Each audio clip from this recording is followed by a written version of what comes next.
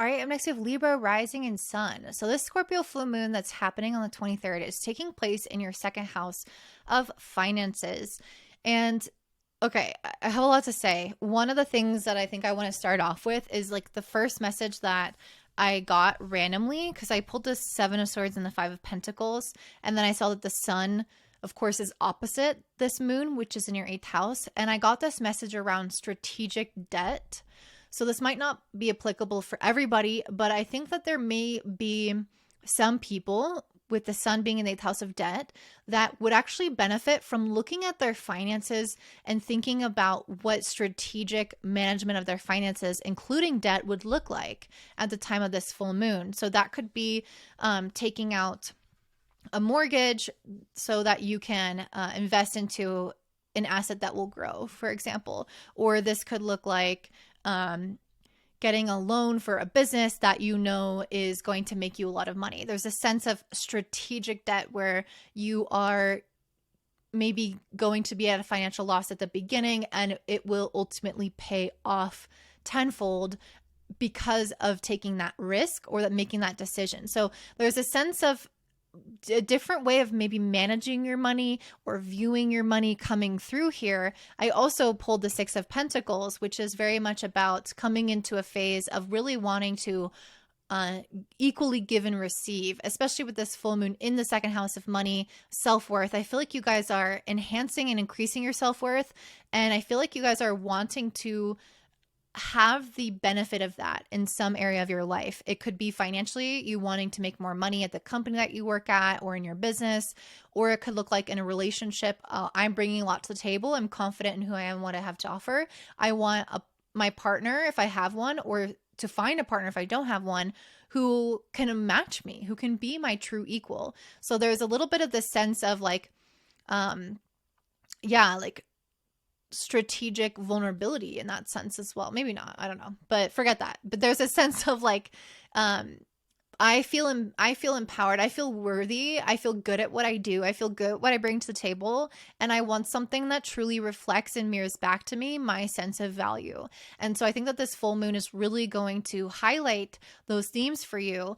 But in order for you to create that kind of equality and enhance maybe your relationships or your finances, in order for you to, or maybe even buy a house or, you know, like I said, with the strategic debt, if you're making some big kind of financial move, before you can do any of that, you first need to address the fact that this moon is squaring Pluto in your fifth house.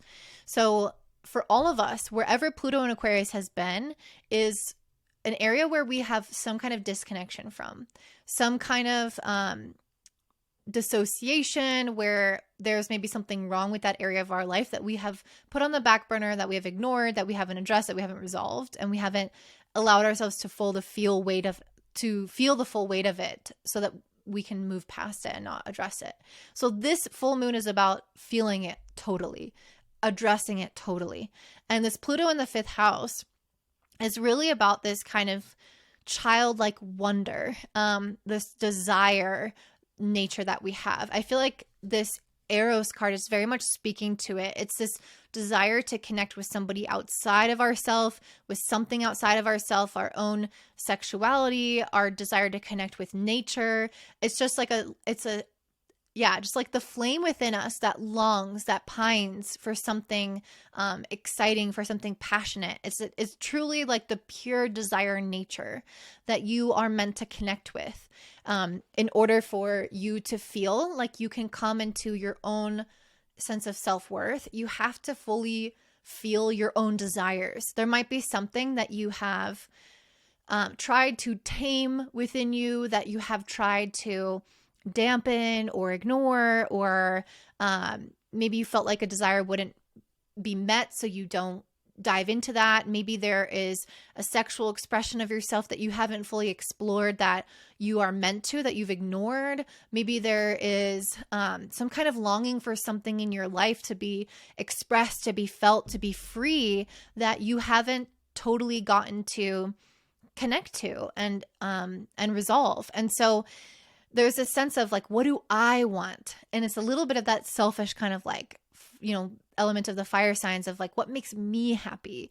You might have at times put others first as a Libra rising and kind of discarded the focus on yourself in some ways and your desires and your longings. And so this full moon is like, we need to first really live and uncover those desires and move into them in order for you to fully be confident and to fully make these big life moves and to embrace these kind of next steps in your life and the sense of truly getting your match in what you're looking for, like leveling up in some way and having that reflected in your environment.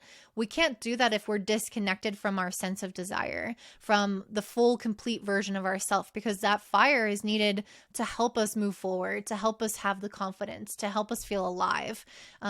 It's like, it's all very much a part of the equation. So I think that that's something that you guys are very much looking at the time of this full moon.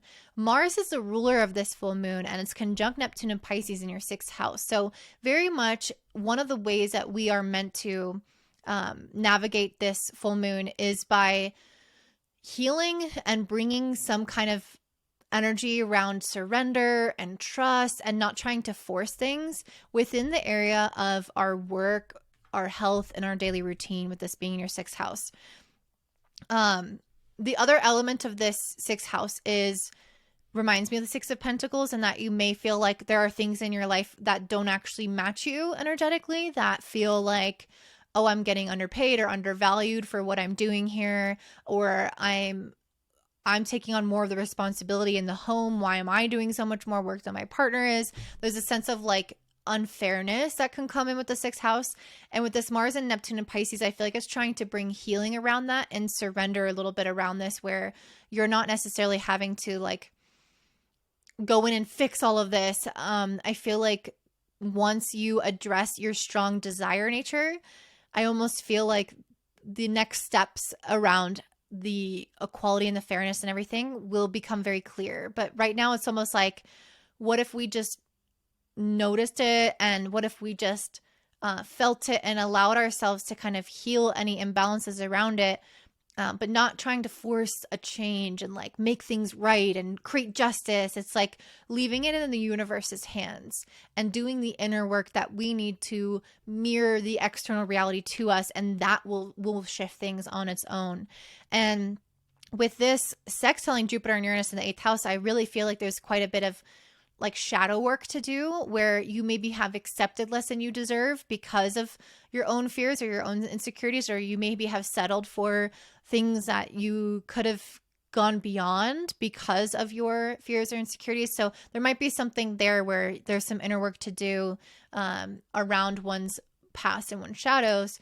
And this could also be talking about work, where things at work, they might need to go through their own kind of process of shifting and changing, but it's like, we don't have to force it. And ultimately the financial things will start to kind of, again, move on their own. You might start to get approved for that mortgage, and things start to shift for you in new ways without, I mean, not that you don't initiate, but without the forcing energy of like, I'm going to create karma, I'm going to create justice. It's like, no, I'm just going to, I'm going to follow my intuition on what I should be doing in each moment, and really trust the process of what this is, and apply for the loan if I feel it, and when I need to, and that sort of thing.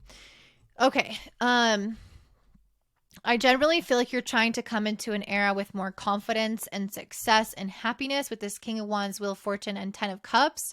I really feel that, emotional fulfillment is available for you guys. And I think ultimately you just have to tap into that strong creative desire nature in order for this to come alive. The last thing I'll mention is that we have this Aries stellium with the North Node, Mercury retrograde, Chiron, and Venus all conjunct in Aries in your 7th house. So relationships play a really key role in this whole period of your life right now. So it's either going to involve like a contract with a mortgage company, which is a relationship with that company. It could involve a partnership. It could involve a business, but there's a sense of other people, again, playing a critical role in the development of your desires and your financial stability and your confidence growing. So just be aware that this area is likely going to have more to navigate, more emotions to navigate, things to address, things to maybe, you know, that get brought up from the past, or things that you might need to heal from since Chiron is here. But ultimately, putting the energy into that is going to result in what you're looking for. So that is what I'm seeing for you, Libra. If that resonates, please give me a thumbs up. If you're wanting a reading for fertility, if you're wanting to get pregnant, or if you have just like anything come up medically that you want astrological support with, I am going to offer readings for those two things. It's brand new.